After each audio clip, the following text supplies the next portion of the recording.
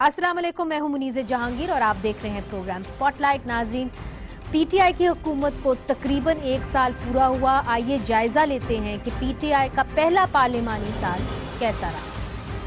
पाकिस्तान तहरीक इंसाफ की हुकूमत का और पाकिस्तान की 15वीं कौमी असम्बली का पहला पार्लिमानी साल 12 अगस्त 2019 को मुकम्मल हो रहा है। आइए जायजा लेते हैं तहरीक इंसाफ की हुकूमत के पहले पार्लिमानी साल की और मुआवजा करते हैं गुज़िश्ता 2 जमहूरी हुकूमतों के पहले पार्लिमानी सालों से, यानी मुस्लिम लीग नून और पीपल्स पार्टी के अदवार से। तहरीक इंसाफ की हुकूमत के पहले साल में 88 इजलास में 10 बिल पास हुए। 56 बिल अभी कायमा कमेटियों में ज़ेरे इल्तवा हैं, जिनमें 15 हुकूमती बिल और 41 प्राइवेट मेंबर बिल हैं। पास होने वाले बिलों में एक 26वीं आईनी तरमीम का बिल है, जिसके तहत साबिक फाटा की नशिस्तों में इजाफा किया गया और इलेक्शन के लिए राह हमवार की गई, जो तहरीक इंसाफ की हुकूमत की सबसे बड़ी कामयाबी है। तहरीक इंसाफ की हुकूमत का अब तक ये वाहिद आईनी तरमीमी बिल है जो हुकूमत की तरफ से नहीं बल्कि PTM से मुंसलिक MNA मोहसिन दावड़ का था। मोहसिन दावड़ इस वक्त मुतनाज़ा चार्जेस पर एंटी टेररिज्म एक्ट के तहत CTD की हिरासत में है। इस वक्त करप्शन, मंशियात और दहशतगर्दी के मुकदमात में 6 MNAs कानून नाफिज करने वाले इदारों की तहवील में हैं, जिनमें मोहसिन दावड़ के अलावा साबिक सदर आसिफ अली जरदारी, नून लीगी रहनुमा साद रफीक, राना सनाउल्लाह, साबिक वजीर आज़म शाहिद खाकान अब्बासी और आज़ाद रुकन असम्बली अली वजीर भी शामिल हैं। अपोजिशन की तरफ से तकरीबन तमाम कौमी असम्बली इजलासों में इन अराकीन के प्रोडक्शन ऑर्डर जारी करने का मुतालबा और एहतजाज किया गया। अब तक जिन मेंबरान के प्रोडक्शन ऑर्डर्स जारी हुए थे, उनमें शहबाज शरीफ, ख्वाजा साद रफीक और साबिक सदर आसिफ जरदारी शामिल हैं। लेकिन अब कुछ अरसे से स्पीकर कौमी असम्बली की तरफ से प्रोडक्शन ऑर्डर्स जारी नहीं हो रहे। एक और दिलचस्प बात इस असम्बली में ये है कि वजीर आज़म के लिए अपोजिशन की तरफ से सिलेक्टेड का लफ्ज़ इस्तेमाल करने पर डिप्टी स्पीकर ने पाबंदी आयद कर दी। ताहम हाजिरी के रिकॉर्ड के मुताबिक वजीर आज़म बनने के बाद इमरान खान ने महज 12 मरतबा यानी 14% इजलास में शिरकत की है। जो बाकी बिल इस साल में पास हुए, उनमें 2 इलेक्शन एक्ट में तरमीम के, इस्लामाबाद हाई कोर्ट में जजों की तादाद में इजाफे से मुतल्लिक एक बिल और 2 बिल सिनेमा में सिगरेट नोशी के खात्मे और बच्चों में सिगरेट नोशी को रोकने से मुतल्लिक हैं। अब बात करते हैं गुज़िश्ता दौरे हुकूमत मुस्लिम लीग नून के पहले पार्लिमानी साल की। पहले साल में नून लीग हुकूमत ने 11 बिल कौमी असम्बली में पास करवाए, जबकि जो मजीद बिल मुतारिफ हुए उनमें 43 प्राइवेट मेंबर बिल थे, जबकि 13 हुकूमती बिल ऐसे थे जो कि कायमा कमेटियों में ज़ेर इल्तवा थे। 99 इजलास हुए। उस वक्त के वजीर आज़म नवाज शरीफ ने सिर्फ 7 इजलास में शिरकत की थी, यानी वजीर आज़म इमरान खान से 5 कम। हाउस ने दहशतगर्दी के हवाले से पहले साल में 3 बिल मंजूर किए, जिनमें रेंजर्स को ज्यादा बाख्तियार किया गया था। दूसरे बिल जो नून लीग की हुकूमत के पहले साल में पास हुए, उनमें federal court act, law and justice commission act तरमीम 2014 और नेशनल जुडिशल कमेटी तरमीम 2014 शामिल हैं। अब बात करते हैं पीपल्स पार्टी की हुकूमत के पहले पार्लिमानी साल की। सिर्फ 5 बिल मंजूर हुए, जिनमें ट्रेड यूनियंस के क़याम और मालिकान और वर्कर्स के ताल्लुकात में बेहतरी के लिए industrial relations bill, institute for parliamentary service के क़याम से मुंसलिक बिल और रिप्रेजेंटेशन ऑफ पीपल्स बिल शामिल हैं। पीपल्स पार्टी के दौर में अक्टूबर 2008 में बेनज़ीर इनकम सपोर्ट प्रोग्राम की बुनियाद रखी गई, जिसकी मंजूरी भी पार्लियामेंट से ली गई। इसके जरिए गरीब घरानों को एक रकम अदा की जाती है। उस वक्त के वज़ीर आज़म यूसुफ रज़ा गिलानी ने असम्बली के इजलास में बाकायदगी से शिरकत की। उन्होंने अपनी पहली तकरीर में जो ऐलानात किए थे, उनमें सियासी कैदियों की रिहाई, स्टूडेंट्स एंड लेबर यूनियंस की बहाली शामिल थे। तो नाजरीन, लिहाजा जो साबिक वज़ीर आज़म यूसुफ रज़ा गिलानी साहब हैं, उन्होंने सबसे ज़्यादा नेशनल असम्बली के सेशंस जो हैं उनको अटेंड किया। हमारे साथ हैं आज लाहौर से शाइस्ता परवेज़ साहिबा, मुस्लिम लीग नून की तर्जुमानी करी हैं, मेंबर कमेटी बराए इंसानी हकूक़ नेशनल असम्बली के अंदर। हमें इधर इस्लामाबाद स्टूडियोज़ में ज्वाइन कर रहे हैं रमीश कुमार साहब, तहरीक इंसाफ की तर्जुमानी कर रहे हैं, मेंबर हैं फॉरेन अफेयर्स कमेटी के in the national assembly. And last but not least हमारे साथ हैं पाकिस्तान पीपल्स पार्टी के अहम रहनुमा ताज हैदर साहब, एक साबिक सेनेटर हैं और बहुत ही मैं कहती हूँ कि एक ज़ीरक सियासतदान हैं। सेनेटर कभी साबिक नहीं होता। सेनेटर कभी साबिक नहीं होता। सेनेटर कभी साबिक नहीं होता। मगर मुझे ये बताइए साबिक सेनेटर साहब या सेनेटर साहब कि ये जो कारकर्दगी है इतनी बुरी तो नहीं है। आफ्टर ऑल इमरान खान साहब ने ज्यादा अटेंड किया है नेशनल असम्बली का सेशन बनिस्बत मियां नवाज शरीफ साहब से। पता नहीं, मतलब ये कि हमारे प्राइम मिनिस्टर तो रोज आते थे یہ بات تو درست ہے. یوسف ہوں یا یوسف رضا گیلانی صاحب ہوں یا راجہ صاحب ہوں، ہم نے تو یہ بنایا ہوا تھا کہ گھنٹہ ڈیڑھ گھنٹہ پرائم منسٹر جو ہیں، کیونکہ دیکھیے جو نیشنل اسمبلی ہے پاکستان کی، وہ پاکستان کے عوام کے نمائندہ ہے، تو اس لیے اس کو اہمیت دینی وہ انتہائی ضروری ہے کہ وہاں کیا گفتگو ہو رہی ہے، کیا بات ہو رہی ہے، سوالات کے جواب دینا اور اس کو ایک مہذب انداز میں چلانا وہ انتہائی ضروری ہے. کیونکہ اگر آپ نیشنل اسمبلی کو مہذب انداز میں نہیں چلا سکتے تو ملک میں آپ مہذب سیاسی کلچر نہیں لا سکتے.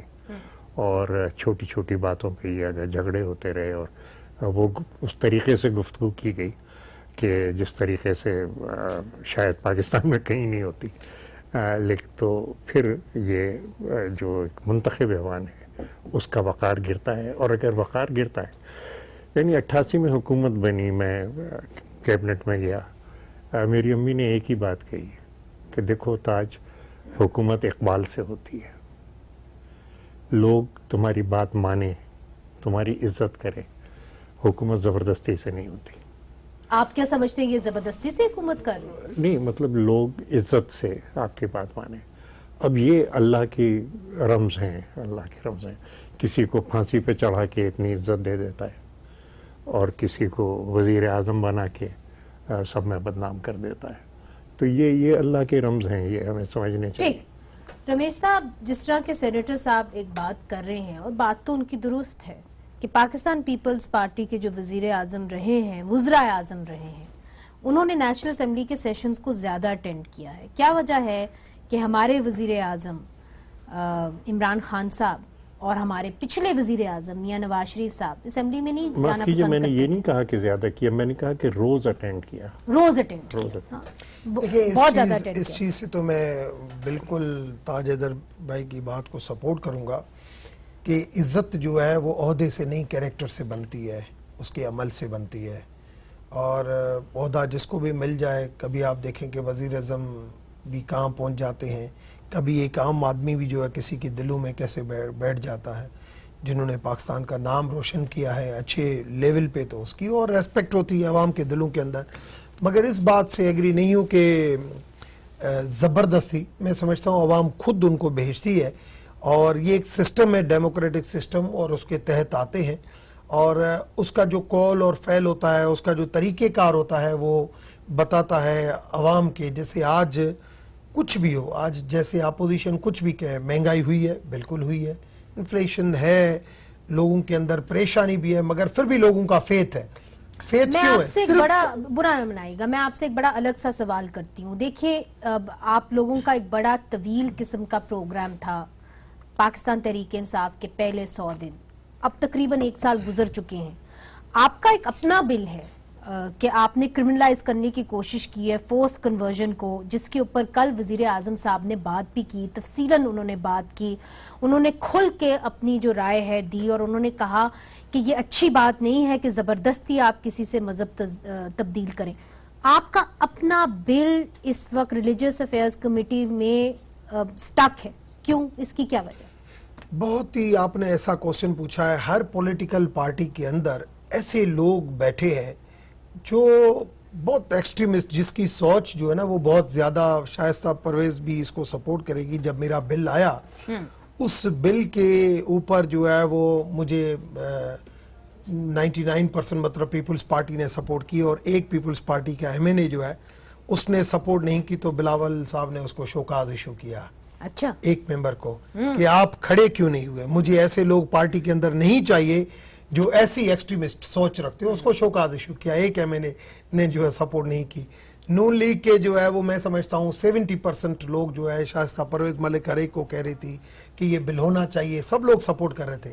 مگر میری پارٹی کے اندر جو ایسے سوچ والے لوگ تھے، زیادہ زیادہ آپ سمجھے کہ 30% نے سپورٹ کیا ہوگا. شیری مزاری اگر نہیں آتی، شیری مزاری نے اوپن سپورٹ کی، مگر علی محمد خان اور نور اللہ قادری جو ہے، آج بھی میری کوشش تھی کہ یہ بل ہیومن رائٹ ایشو ہے وہاں پہ جائے، مگر یہ بل انہوں نے ریلیجس کمیٹی کو بھیجا. کل خان صاحب نے جو باتیں کی، کیونکہ ہم نے یہ باتیں ضرور دہرائی تھی کہ اس وقت جو ایشوز ہے، آپ ایف اے ٹی ایف کے اندر بھی بہت، میری فائنانس کی اندر میٹنگ تھی، میں نے کہا اب یہ لا، یہ منی لانڈرنگ، یہ وہ ایشو ہی نہیں. सबसे ज्यादा इशू हमारे ऊपर ह्यूमन राइट्स है, और ह्यूमन राइट्स के हवाले से सबसे ज्यादा targeted community non Muslim community है, जिसको यहाँ पे माइनॉरिटी कहते हैं। मैं तो माइनॉरिटी नहीं कहता, माइनॉरिटीज कहते हैं। कम से कम उस इम्प्लीमेंटेशन जजमेंट जो है 19 जून 2014 की, उस जजमेंट की इम्प्लीमेंटेशन आज मुझे अभी बीबीसी वालों ने मुझसे पूछा कि भाई एक मंदिर सियालकोट में खुला है आपके मैंने कहा यार आप इस चीज को इतने हाईलाइट करें। आज 1130 मंदिर हैं एवेक्यू ट्रस्ट प्रॉपर्टी बोर्ड के अंदर, जिसमें से 30 मंदिर फंक्शनेबल है, 1100 मंदिर बंद है। 517 गुरुद्वारे हैं जिसमें 17 फंक्शनेबल है, 500 बंद है। क्यों? इस वजह से कि हमने एवेक्यू ट्रस्ट का चेयरमैन आज तक किसी पॉलिटिकल पार्टी ने हिंदू नहीं लगाया, जबकि नरेंद्र मोदी का एक बंदा आया है, वहां पे आज भी मुसलमान है एवेक्यू ट्रस्ट का चेयरमैन।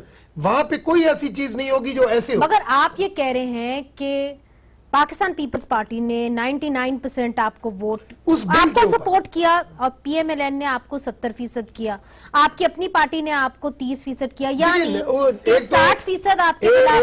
एक तो थोड़े से नए हैं लोग, दूसरा ये कि जब 2 मिनिस्टर उठ के बिल की मुखालफत कर दी कि नहीं ये इस्लाम के खिलाफ है। कल खान साहब ने तो ओपन का फोर्स्ड कन्वर्जन का, खान साहब ने तो कहा इवन कन्वर्जन ही नहीं होनी चाहिए। वो बात हम सबने सुनी और हम दिखा भी सकते हैं आपको। वो शाइस्ता साहिबा नहीं वो दिखाएं आपके खान साहब ने कहा। मेरा ख्याल है हमारे पास वो साउंड बाइट है कि नहीं है कि उन्होंने एक मिसाल दिया हदीस का, और उन्होंने ये मिसाल भी दिया। वो आप जरूर इसी आपके प्रोग्राम में मुझे दिखाएं। वो जरा आप प्ले करिए कि खान साहब ने कल क्या कहा। ये कैसे अपने हाथ में ले लेते हैं लोगों को जबरदस्ती मुसलमान करना, किसी शादियां करके औरतों को करना, जो यहाँ आज कई दफा सिंध में हम सुनते हैं, या लोगों को बंदूक की नोक के ऊपर हम कहें कि मुसलमान हो जाओ, या उनको मारे उनके दीन की वजह से। ये तो सब चीजें गैर इस्लामी हैं। अक़लियतें जब हम उनकी स्टेट की पूरी प्रोटेक्शन देंगे, उनको इक्वल शहरी बनाएंगे, उनकी इबादत गाहों को, उनकी दीन को उनको मौका देंगे जो हमारा दीन कहता है, तो हम इस मुल्क के अंदर इंशाअल्लाह ये जो प्रोसेस है, मदीना की स्टेट एक दिन में नहीं बन गई थी, एक प्रोसेस है। माइंडसेट चेंज होते हैं, आहिस्ता आहिस्ता ज़हन बदलते हैं हमने, लेकिन इसके अंदर एक बहुत बड़ा काम करना है कि हमने मदीना की स्टेट को एक इंटेलेक्चुअल लेवल के ऊपर लोगों के पास लेके जाना है। लोगों को पता तो चले कि ये मुल्क किस बेसिस पे बना था। नाजरीन आपने माइंडसेट चेंज करना पड़ेगा। नहीं मगर अगर आपके नहीं रमेश साहब, अगर वजीर आजम साहब ये कह चुके हैं, आप ये चाहते हैं, बहुत से लोग आपकी पार्टी में ये चाहते हैं, मुझे आप कॉन्फिडेंटली बताएं आपका ये बिल पास होगा कि नहीं होगा। देखिए मेरी मुलाकात हुई खान साहब से इस बिल के ऊपर। खान साहब ने मुझे कहा कि यार ये आपको पता है ये बिल कितने मुश्किल है, तुम भी लेके आ जाते हो, कैसे होगा। मैंने खान साहब को ये कहा, मैंने कहा सर आप अगर एक पॉलिटिकल पार्टी नहीं कर सकती, मैं सारी पॉलिटिकल पार्टी की लीडरशिप से मैंने बात की है, मैं बिलावल साहब से मैं गया हूं, मैं आसिफ जरदारी साहब से बात की है, मैंने कहा सर आप पार्लियामेंट्री कमेटी बनाए स्पीकर साहब की सरबराही में, मैं सारी पॉलिटिकल पार्टीज को कन्विंस, उन्हें कहा अगर सारी पॉलिटिकल पार्टीज आती है तो मैं जो है वो करूंगा। ये अच्छा, अमेरिका विजिट से पहले की बात है। अच्छा मगर शाइस्ता साहिबा अभी भी ये जो बिल है जिस तरह रमेश साहब कह रहे हैं टंगा हुआ है। एक मैरिज रिस्ट्रेंट एक्ट भी पार्लियामेंट के अंदर पास नहीं हो सका, उसके अंदर मुझे मालूम है कि आप चाहती थी कि वो पास हो जाए और उसके तहत ये होना था कि जो बच्चियां हैं उनकी कम उम्र में शादी के ऊपर बैन कदगन लगनी थी, मगर वो पास नहीं हो सका। आपकी पार्टी में कुछ लोग थे जो इसकी मुखालफत कर रहे थे, अब शाइस्ता साहिबा ने तो उसका सपोर्ट किया, मगर आपकी पार्टी के अंदर भी अली मोहम्मद खान साहब और बहुत सारे ऐसे लोग थे जो इसकी मुखालफत कर रहे थे। तो आप क्या समझती हैं कि इस पार्लियामेंट की कारकर्दगी जो है वो कहाँ है, और क्या जो डिविजन्स हैं वो सिर्फ पार्टी लाइंस पे नहीं है, वो आइडियोलॉजिकल लाइंस के ऊपर भी हैं जो दोनों पार्टीज के अंदर पाई जाती है। बिस्मिल्लाहिर्रहमानिर्रहीम। Thank you Muneeze for having me in your program. सबसे पहले तो मैं जो आज 2 सानहा बड़े बुरे हुए हैं, एक क्वेटा में और एक रावलपिंडी के करीब, उस पे जितना भी अफसोस कर सकूं वो कम है। वो निहायत ही अफसोस की बात है और मैं तमाम उन लवाहिकीन को जो पीछे हैं उनको अल्लाह ताला सब्र जमील अता फरमाए, और जो हमारे शोहदा हैं अल्लाह ताला उनकी मगफिरत फरमाए।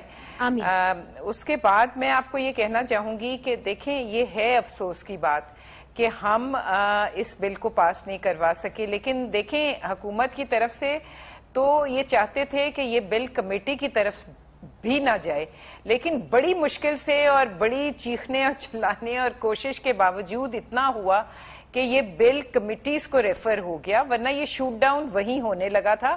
اور افسوس یہ ہے کہ یہ حکومت کی طرف سے آیا، اور سب سے زیادہ وائس جو اس کی مخالفت میں آئی وہ بھی حکومت کی طرف سے آیا.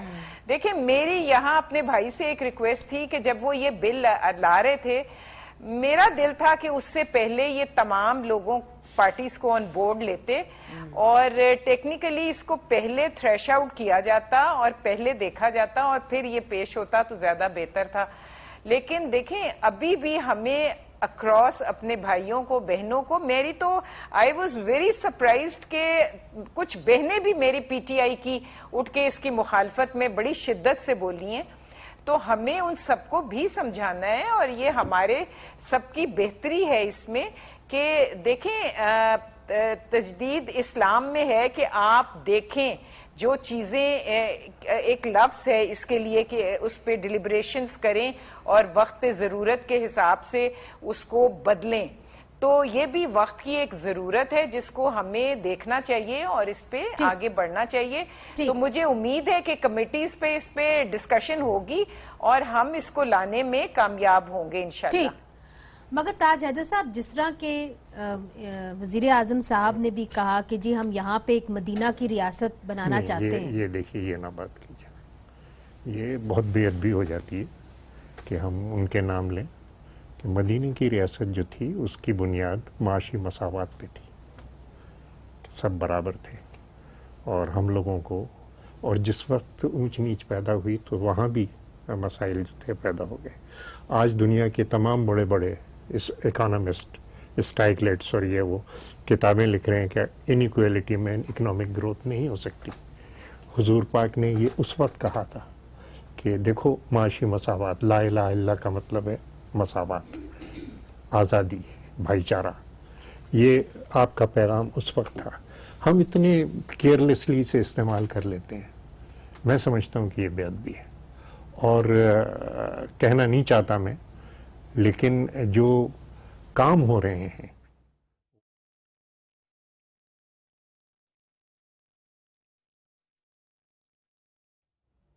وہی ایک دوسرے کے. اب یہ بل کیوں نہیں پاس ہو سکتا؟ مطلب اس میں دشواری کیا ہے؟ اگر پرائم منسٹر صاحب یہ کہہ رہے ہیں تو کیسے ان کے منسٹروں نے اپوز کر دیا؟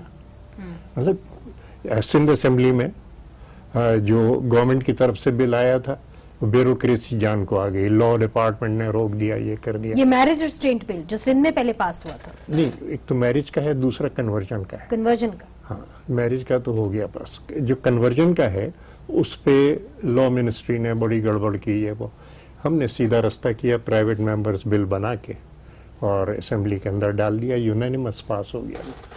اچھا، یہاں تو پرائیویٹ ممبر کا ہے، یہاں تو بیوروکریسی بیچ میں ہی نہیں آتی کہ جو آ کے اس میں ڈالے گا. تو پھر مشکل کہاں ہے؟ مشکل یہ ہے کہ کہنا بہت آسان ہے، وہ کہتے رہتے ہیں، کرنا تو مشکل ہے. کچھ مشکل نہیں ہے اگر کرنا چاہیں آپ. لیکن اگر بل نہیں ہے، نہیں، مذہبی، آپ مذہبی انتہا پسندوں کو یہ حکومت ناراض نہیں کر سکتی. یہ بہت امپورٹنٹ آپ نے بات کی، بہت امپورٹنٹ بات کی. اس کے اوپر ہم مزید اور گفتگو کریں گے، اور بھی بہت ساری باتیں چھوٹے سے وقفے کے بعد. ویلکم بیک ناظرین. رمیش کمار صاحب، بریک سے پہلے تاج حیدر صاحب نے یہ کہا کہ یہ حکومت جو ہے انتہا پسندوں کو زیادہ ناراض نہیں کر سکتی، اور اب تو آپ یہ بھی چاہ رہے ہیں کہ جو طالبان ہیں وہ مذاکراتی میز کے اوپر آ جائیں، امریکہ کے ساتھ اچھی گفتگو کریں. تو شاید اس طرح کے جو بل جس طرح آپ پیش کر رہے ہیں کہ ہندو کنورژنز، فورس کنورژنز کے اوپر آپ اس کو کالعدم قرار دے دیں، وہ تو ممکن ہی نہیں ہوگا. دیکھیں، یہ جو ریلیجس ایکسٹریمسٹ ہے نا،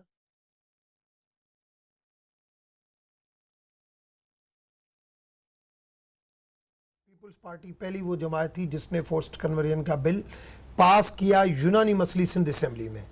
جب بل پاس ہوا تو جماعت الدعویٰ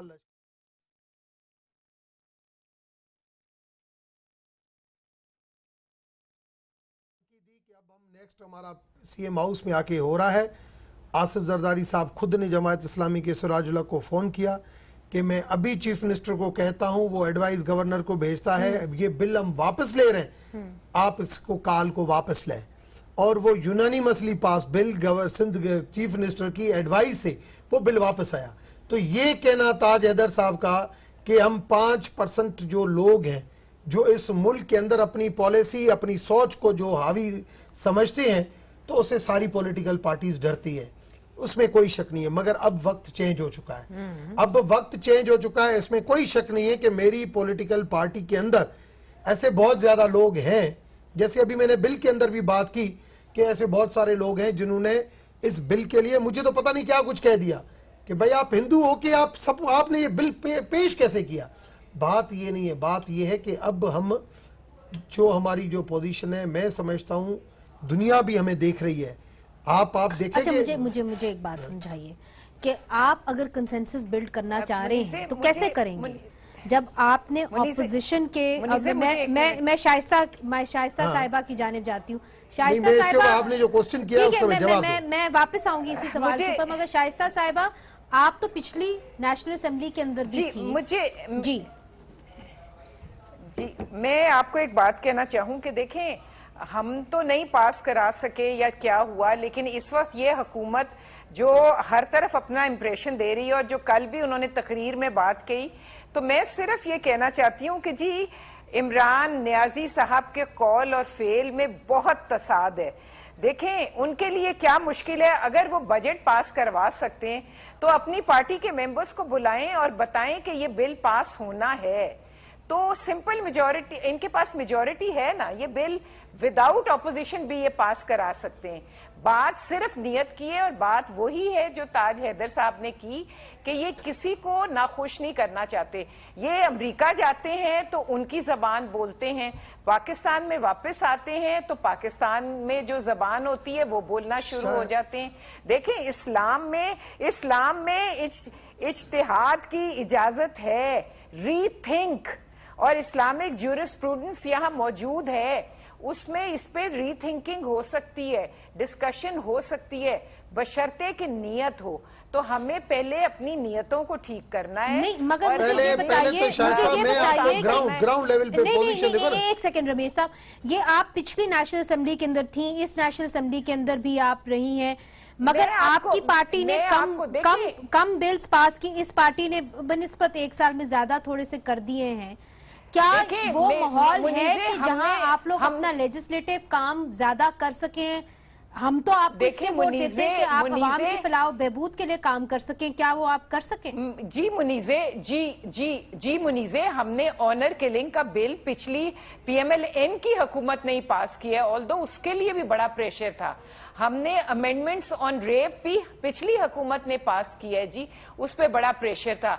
देखें आहिस्ता आहिस्ता इस तरफ भी आ रहे थे, लेकिन अब मैं एक बात कहती हूँ कि हमने ऑनर किलिंग का एक बहुत बड़ा एक जो मरहला था उसको तय किया, लेकिन उसकी भी मुखालफतें बहुत थी।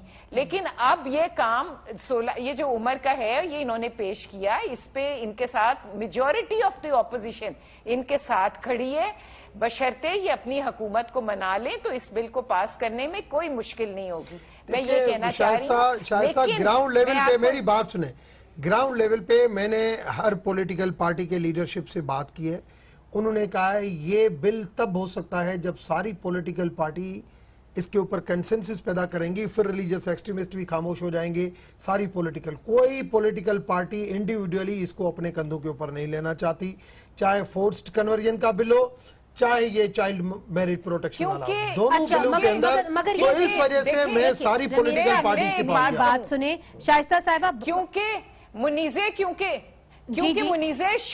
पिछले दौर में छोटी छोटी बातों पे कुफर का फतवा लगाने वाली PTI सबसे फोरफ्रंट पे थी। ये मुझे एक सेकंड ना, ताज हैदर साहब से मेरी बात करनी है। ये जो हिंदू मैरिज एक्ट बिल जो मैंने पास कराया, इसके ऊपर भी मैंने 2 साल सुप्रीम कोर्ट में मेहनत की, बार सुप्रीम कोर्ट बात कुछ और करी, हेल्प के बाद वो बात कुछ और करी है, वो फतवों की बात करी है। ताज साहब बात ये है कि अगर आपने बड़े सेंसिटिव काम करने जिसके ऊपर चले तीनों पार्टीज के अंदर कहीं ना कहीं कंसेंसस पाया जाता है, तो आपको एक पॉलिटिकल कंसेंसस की कितनी जरूरत है नेशनल असेंबली के अंदर? नहीं, मेरे ख्याल से देखिए, एक मुल्की कानून है और एक कानून पास किया जा रहा है, उसके साथ हर गवर्नमेंट, फेडरल हो, प्रोविंशियल हो, उसको कोऑपरेट करना है, उस कानून की पाबंदी करना है। जो बात कह रहे हैं साईं अवांजे के गाल आई, जो आपने बात कही वो ये है कि अगर फेडरल इंटीरियर मिनिस्टर खुद दहशतगर्दों की खड़े होके कहते हैं कि जी जो एपीएस पे हमला हुआ उसकी हमें पहले से इत्तला थी, जो जेल ब्रेक हुआ बन्नू उसकी हमें पहले से इत्तला थी, कराची एयरपोर्ट पे जो हमला हुआ पहले से, और जब मैं खड़े होके कहता ये सेनेट के रिकॉर्ड का हिस्सा है चौधरी निसार साहब का, और जब मैं उनसे कहता हूं कि जनाब ये आप क्या कह रहे हैं, आपको इत्तला थी तो आपने क्या किया, कहने लगे जी आप 18वीं तरमीम लाए थे, लॉ एंड ऑर्डर को प्रोविंशियल आपने सब्जेक्ट बनाया था। अब अगर इस तरीके से फेडरल गवर्नमेंट कर रही है और अगर हम 2300 मदरसों की लिस्ट भेजते हैं कि हम इनके खिलाफ कार्रवाई कर रहे हैं और फेडरल गवर्नमेंट उसमें हमारे साथ कोऑपरेट नहीं करती, तो फिर बहुत बड़े झगड़े को हम दावत दे रहे हैं। फेडरल गवर्नमेंट कोऑपरेट करे, कोई प्रॉब्लम नहीं है। इसी तरीके से आज अगर प्राइम मिनिस्टर अपने मिनिस्टर्स को हिदायत करें कि ये बिल पास करना है और टेक देम टू टास्क, जिन्होंने मुखालफत की है कि भाई आप ये क्यों कर रहे हैं, खतरा ये है कि पार्टी के अंदर दरारें पड़ जाएंगी मजहबी इंतहा पसंदी के मसले पे। रमेश साहब, देखिए जो इन्होंने बात की ये जो मदरसों वाले, देखिए जो नेशनल एक्शन प्लान बन रहा था उस टाइम पे मैं था, रजिस्ट्रेशन का प्रोसेस के जो है वो करिकुलम, ये सुप्रीम कोर्ट में जब मुझे बुलाया गया इसी हवाले से, ह्यूमन राइट्स के हवाले से, तब भी मैंने करिकुलम की बात की थी। उन इश्यूज़ के ऊपर हम काम वो उस लेवल पे कर नहीं सके हैं।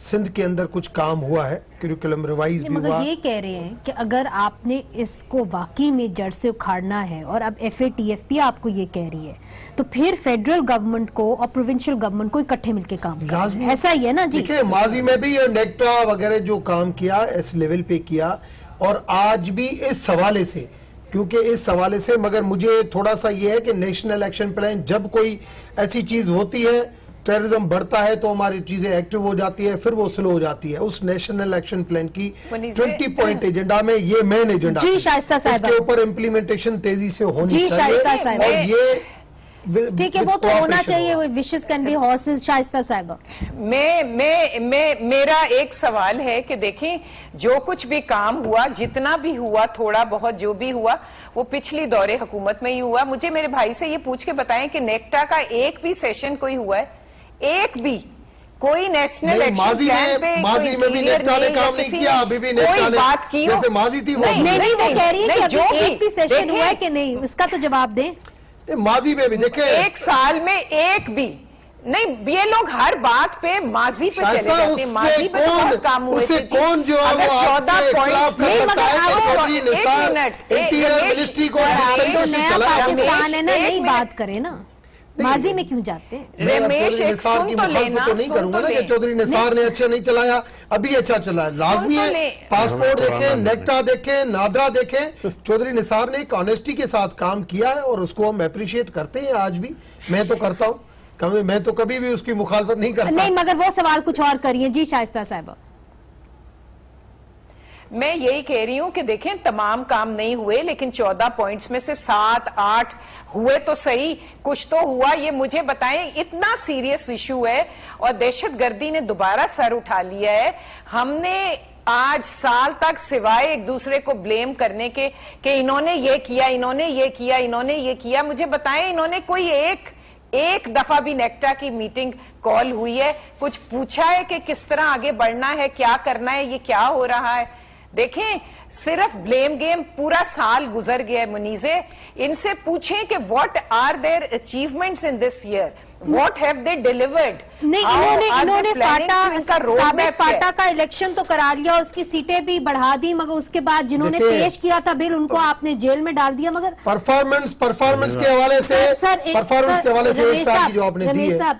बात ये सेनेटर साहब ये बताइए कि अगर आप ऑलरेडी ये इसके हक में हैं कि अफगानिस्तान के अंदर तालिबान आके बैठेंगे اور ان کا کوئی نہ کوئی سٹیک ہوگا, ان کی کیا سوچ ہے, ہم سب نے دیکھ لیا افغانستان کے اندر کیا سوچ تھی. اگر آپ اس کی حمایت کر رہے ہیں تو پھر نہیں, ہم کس کی حمایت کر رہے ہیں؟ طالبان کی. بالکل, افغان طالبان کی تو ہم حمایت کر رہے ہیں.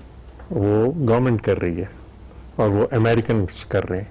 یعنی امریکہ کا جو سرنڈر ہے اس کو افغانستان کے اندر, تاکہ وہ وہاں سرنڈر کر کے پھر سعودی عرب میں فوجیں لے جا رہا ہے, تو اس سرنڈر کو فیسیلیٹیٹ کرنے کے لیے اور کابل پہ طالبان کو بٹھانے کے لیے یہ کام کیا جا رہا ہے. اس وقت کلیئر ملٹری ایڈوانٹیج طالبان کے ہاتھ میں ہے. غزنی میں وہ دکھا چکے ہیں, کابل سے 30 کلومیٹر پہلے.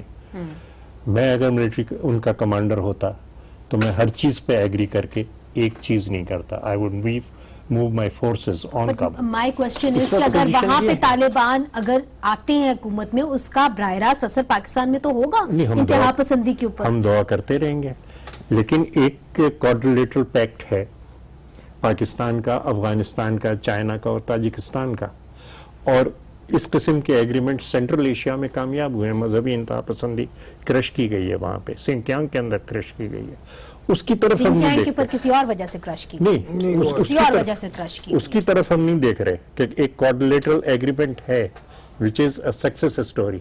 ہم ادھر نہیں دیکھ رہے, ہم واشنگٹن جاتے ہیں. امریکہ only wants to take military duty from its friends. اپنے دوستوں سے صرف ملٹری ڈیوٹی چاہ رہا ہے. مگر یہ امریکہ کی مدد لے کے یہاں پہ مدینہ کی ریاست بنانے جا رہے ہیں, تو یہ میں نہیں کہہ رہا, یہ ذوالفقار علی بھٹو نے ایک خواہش ہے 2020 کی جو الیکشن ڈونلڈ ٹرمپ کو جیتنی ہے. میں نے ابھی جو لکھا تھا کالم آپ کو میں نے بھیجا تھا کہ امریکہ کا دورہ جو ہے وہ ٹرمپ ایک پیور بزنس مین بندہ ہے اور کبھی ہار کا سودا نہیں کرتا ہے. ہماری جو جغرافیکلی جو پوزیشن ہے وہ بہت امپورٹنٹ ہے, مگر ماضی میں کبھی ہم نے اپنی عقل مندی والے ڈیسیشن نہیں لیے. آج ہمیں بہت بھی کیئرفل ہو کے اور ڈیسیشن لینے پڑیں گے, اور یہ جو چیزیں ہیں امریکن فوج اگر چلی جاتی ہے اس کا بھی اثر سب سے زیادہ ہمارے اوپر پڑے گا. مگر بات یہ ہے کہ جب آپ یہ ڈیسیجنز لیں گے آپ کو کتنی ضرورت پڑے گی ایک نیشنل کنسنسس کی, اور اگر آپ نیشنل کنسنسس کی بات کرتے ہیں تو کس حد تک آپ اپوزیشن کو ساتھ لے کے جانے کے لیے تیار ہیں. اگر آپ نہیں بھی لینے کے لیے تیار تو پھر آپ کا اور لائے عمل کیا ہوگا, اس پہ ہم بات کریں گے وقفے کے بعد. وقفہ لیجیے.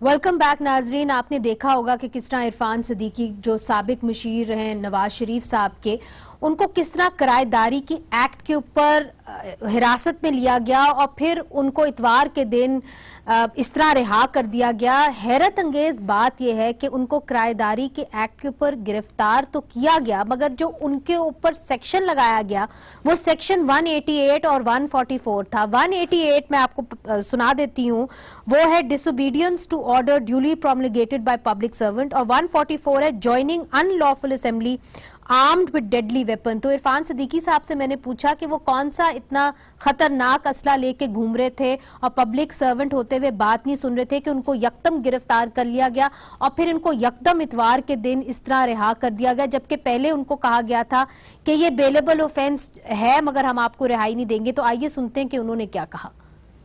بات یہ ہے کہ سچی بات میں آپ کو بتا رہا ہوں اور دل کی بات بتا رہا ہوں کہ مجھ سے یہ سوال کوئی کم از کم 100-150 دفعہ پوچھا جا چکا ہے مختلف جرنلسٹوں کی طرف سے, اینکرز کی طرف سے. میرے پاس کوئی جواب ہے نہیں اس کا. نہ مجھے اپنی یکایک گرفتاری اور انتہائی بھونڈے انداز سے گرفتاری کا کچھ پتہ ہے, نہ مجھے اس چیز کا علم ہے کہ کیا یہ واقعی اتنا بڑا کوئی کرایہ داری کا ایکٹ جو ہے, جو مجھے یہ بتایا گیا ہے کہ اسلام آباد میں اس طرح کا کوئی ایکٹ نافذ نہیں ہے, یہ پنجاب کی حد تک تھا.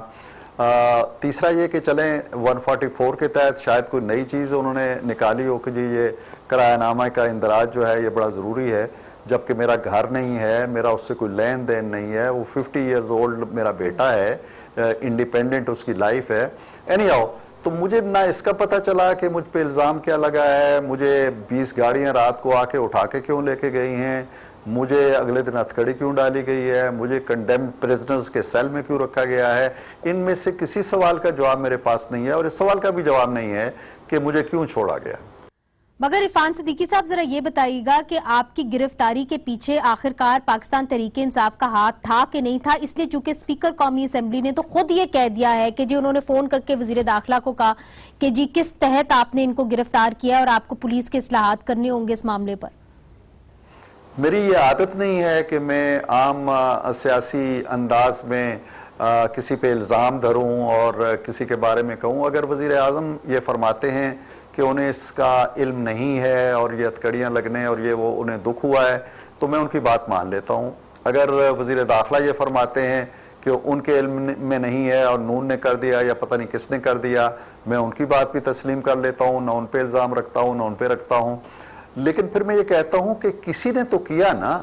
कोई एक आम एहलकार थाने का तो ये काम नहीं कर सकता कि 20 गाड़ियां लेके आए और इरफान सिद्दीकी को उठा के ले जाए और उसकी बेटी को भी धक्के दे, उसकी बीवी जो है उसको भी चोट आए, वो तो नहीं कर सकता।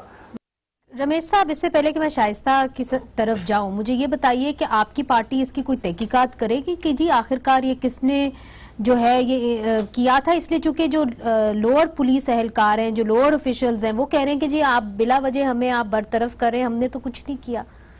देखिए, ये लोअर पे हो या कम से कम एसपी लेवल पे हो, उसको जवाब होना चाहिए।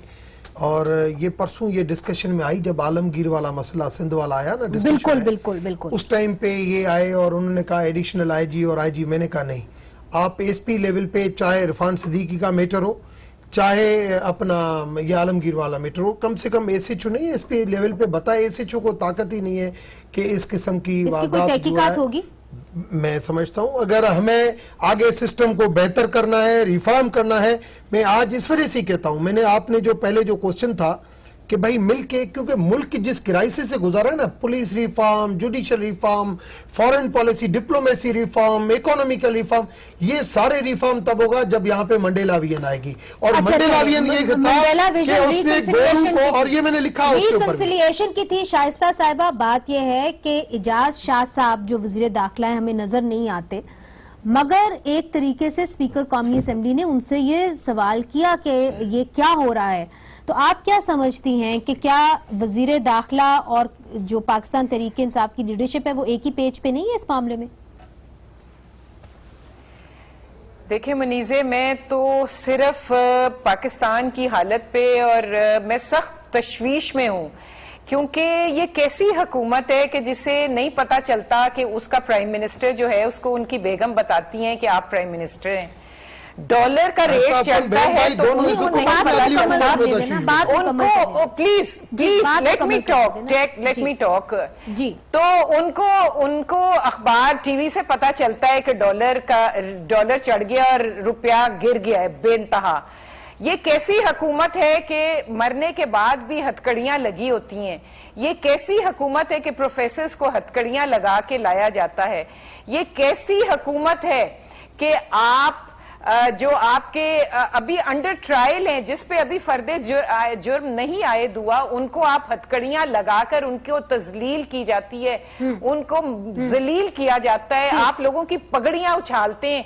और आपने अरशद मलिक साहब का जो बयान, वो उनकी वीडियो आई, उसको भी आपने छुट्टी वाले दिन खुलवा के कोर्ट और उनसे वो करवाई तब्दील।